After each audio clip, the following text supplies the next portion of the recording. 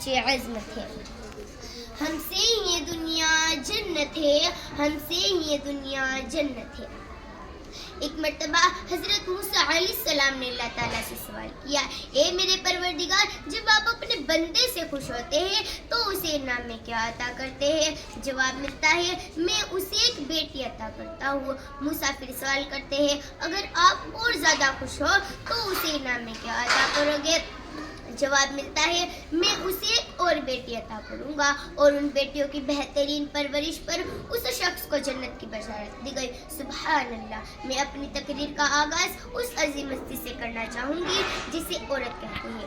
عین سے عالم انسانیت کی عالم بردار عورت, واو سے وجود انسانیت کی بنیاد عورت, راز سے رانہ کائنات کا نشان عورت, اور تا سے تمہارے معاشرے کی پہچان عورت. اے عورت تجھے سلام ہے, بلا شبہ تو یہ معاشرے کی پہچان ہے. اے عورت, جب تم دنیا میں آتی ہو تو ماں باپ کے لیے جنت کی دلیل بنتی ہو, اور بیوی کی صورت میں انداز سے خود جنتی ہو جاتی ہو, اور جب ماں کے اعلیٰ مقام تک پہنچتی ہو نا تو جنت کو تمہارے قدموں میں ڈال دیا جاتا ہے. اے عورت تجھے سلام ہے, بلا شبہ تو یہ معاشرے کی پہچان ہے, اور تم ہی ہو جو بہترین تربیت سے مرد کو معاشرے میں اس کا مقام, اس کی پہچان مل جاتی ہو, اور وقت پڑنے پر اس کا دایاں بازو بن کر اور اس کے شانہ بشانہ چلتی ہو. اے عورت تجھے سلام ہے, بلا شبہ تو یہ معاشرے کی پہچان ہے.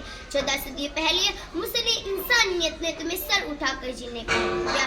تم خدیجہ کے جیسے تازم ہوئی, زینب کی صورت پہ پاڑی تھی تم, رفیدہ تھی تم جو طبیبہ بنی, اور صفیہ جو میدان جنگ میں دشمن کے خیمے اکھاڑتی. اے عورت تجھے سلام ہے, بلا شبہ تو یہ معاشرے کی پہچان ہے, اور آج بھی ہر میدان میں اپنا لوہا منواتی ہو.